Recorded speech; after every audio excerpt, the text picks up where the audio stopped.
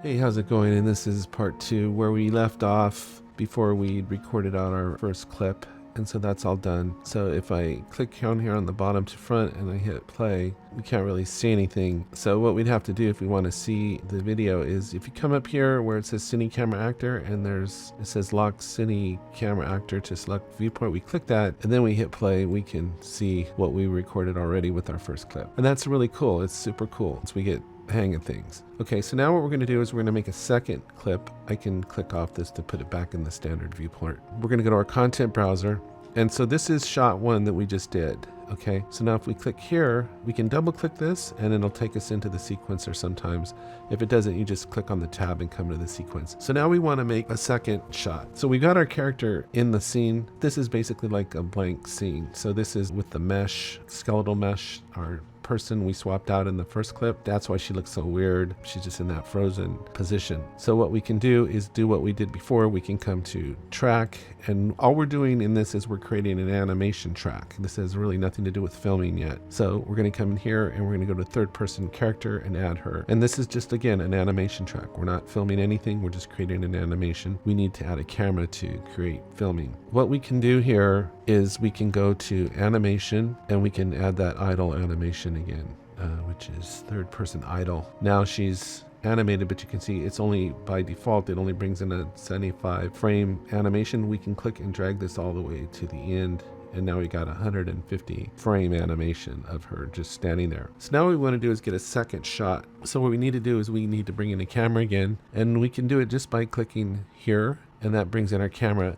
Now, so this brings in our camera, which then becomes animatable, just the same as everything else. And then it brings in basically our video timeline, our video track timeline. This shows us what the camera is seeing at this moment in time.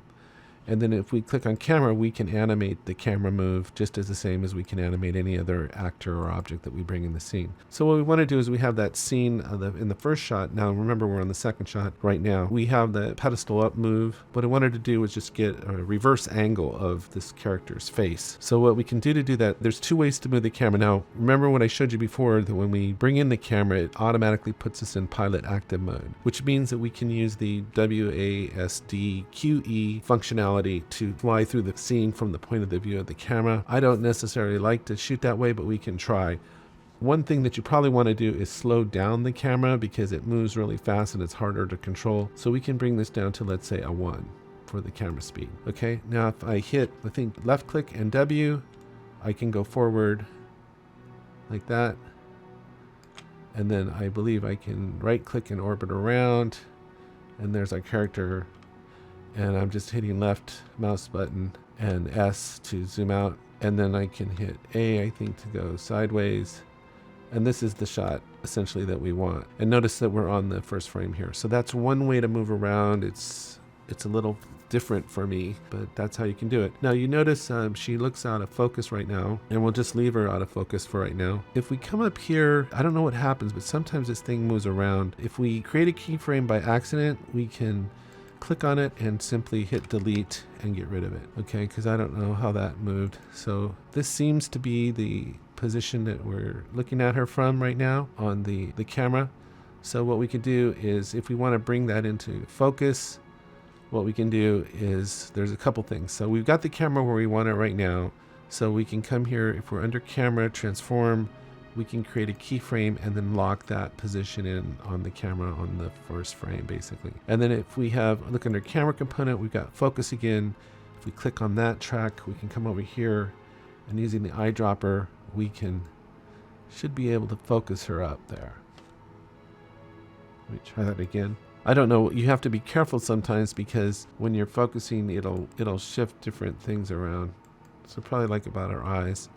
Okay, and then if we like that, we can create a keyframe there. So now what we're going to do is we're just going to zoom in a little bit. So then we're going to just drag this to the front there, to the last frame there, drag it to right there. We're on pilot mode. Then I can do is I can create a keyframe for that movement there. Now if I come back to the front and I hit play, you should see that we're moving in a little bit there. Again, she's out of focus. You can shorten this clip down to like there. There we go. I just dropped it down to the 142nd frame.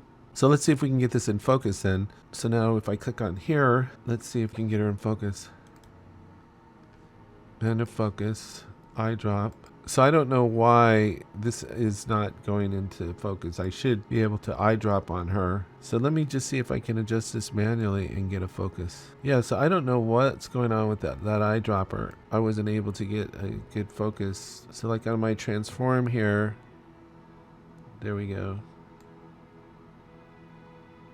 You can move the keyframes too.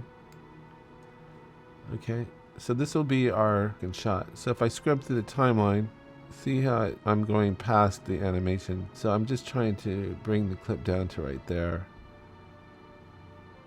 If I come to this red marker here, I'm just gonna bring it down, and that'll be my end frame at 147.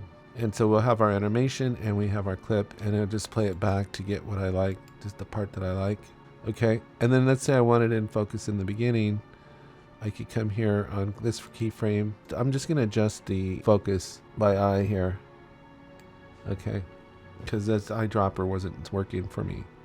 Now if I just hit play again, I've got my clip. Okay, then that's our second shot that we've got. So now all we've got to do is if we come back into the content browser, and we filmed that in pilot active mode. If I click off of this, it takes me out of pilot active mode. Okay, now anyway, I'll come back into the content browser. So there's our shot 1, there's our shot 2, and then we could just keep duplicating these and making more shots.